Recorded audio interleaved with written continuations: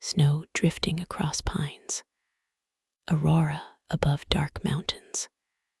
Ronderou speaks with calm, icy authority. Some nations shout their power. Canada does not. It endures, and endurance is often louder than any anthem.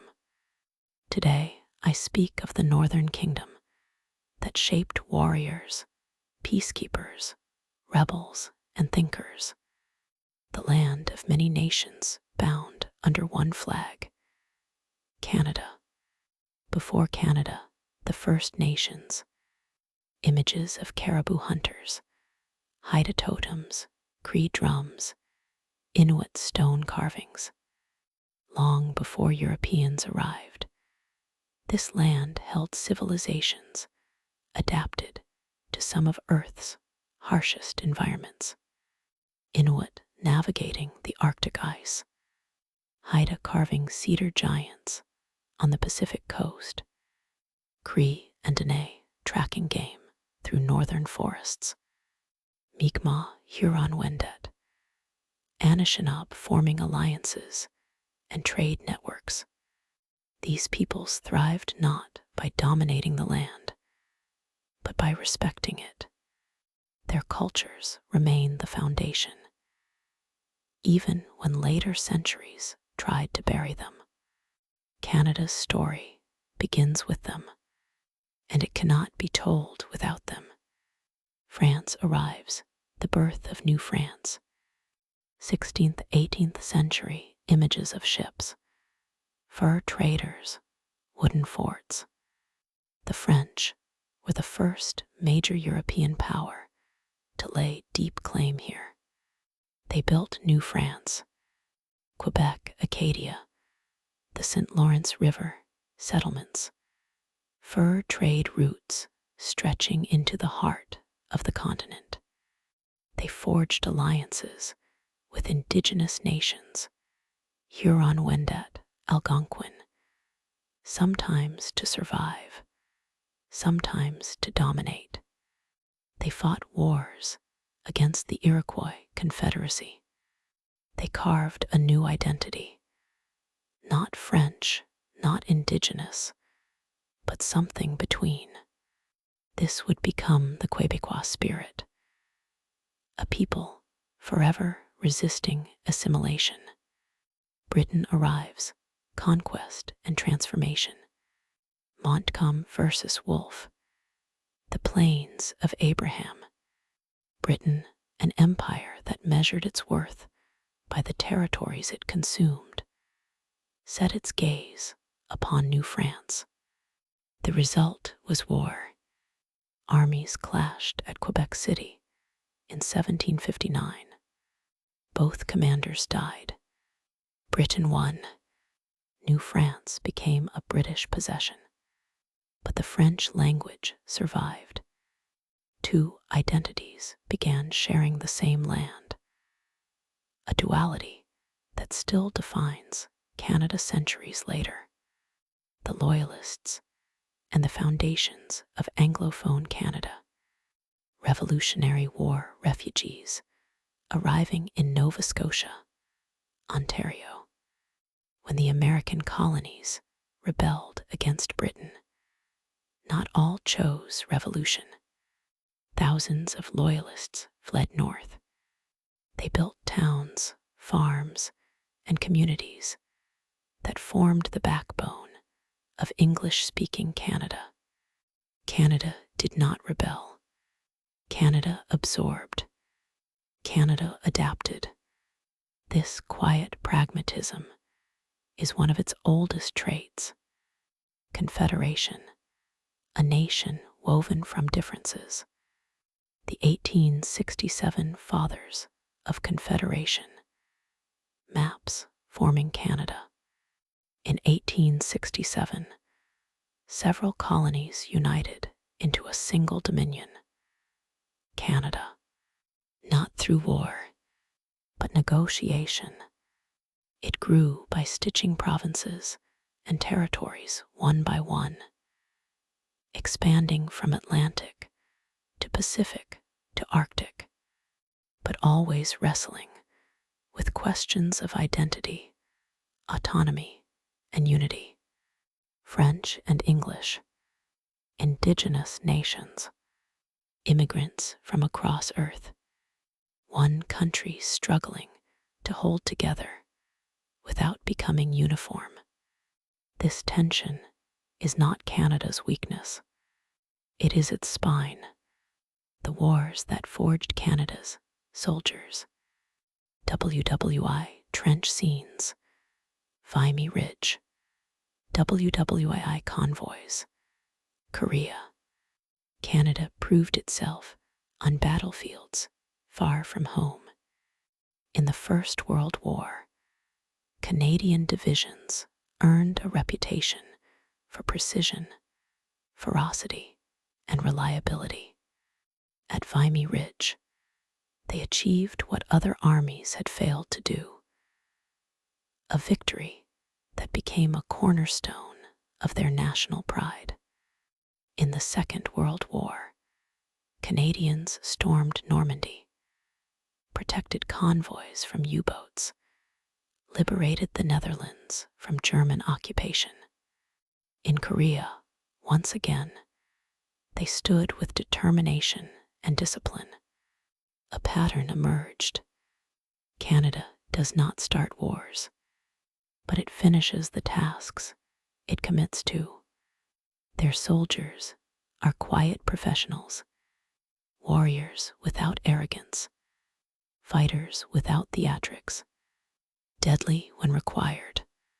I respect them. Culture a mosaic, not a melting pot. Maple forests, hockey, indigenous dancers, Quebec streets, immigrant neighborhoods. Canada's culture is not one thing. It is many things held together without being forced to merge.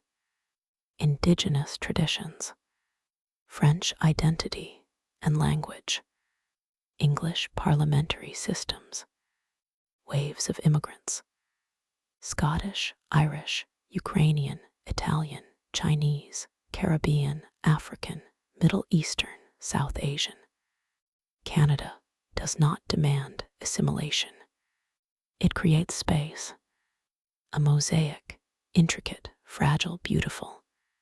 And like all mosaics, its strength is in its pieces, not its uniformity. Religion, values, and the Canadian mind.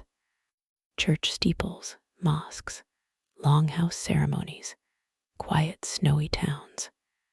Christianity dominated for centuries.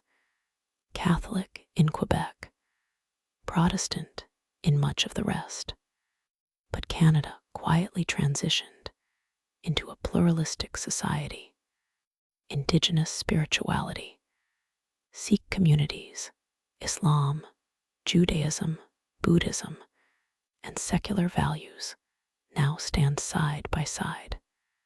Canadians favor compromise over conflict, dialogue over domination. They may seem gentle, but this is a deliberate choice, one made by a people who have endured harsh winters, vast wilderness, and historical wounds. Kindness here is not weakness. It is discipline. Canada and the world, allies, peacekeepers, and watchers. NORAD, NATO, multilateral diplomacy. On Earth, Canada became known for diplomacy and peacekeeping, not naive pacifism, but strategic restraint. It forged a deep bond with the United States. Cooperation, rivalry, admiration, criticism. A complex sibling relationship. With Europe, it shares history. With the Commonwealth, legacy. With the indigenous nations, a history of conflict and attempted reconciliation, still in progress. Canada does not dominate internationally. It influences softly, but effectively. 10. 1960s in the EARD timeline, when Canada meets the galaxy. This is the main EARD storyline, not the 1950s spin-off. Snowy radar stations, NORAD bunkers, strange signals, NATO joint exercises. In the 1960s of the EARD timeline, Earth is discovered by the Sith Empire, the Galactic Republic, Mandalorians, and criminal syndicates. Many nations panic. Canada does not. Canadian intelligence approaches the unknown like a northern storm, quietly, steadily, with unshakable patience. NORAD intercepts unidentified signatures that cannot be Soviet.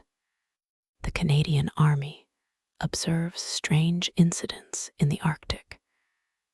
Downed probes, unusual energy readings, disappearances that match no earthly profile.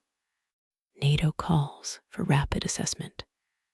Canada sends experts, calm, disciplined, methodical.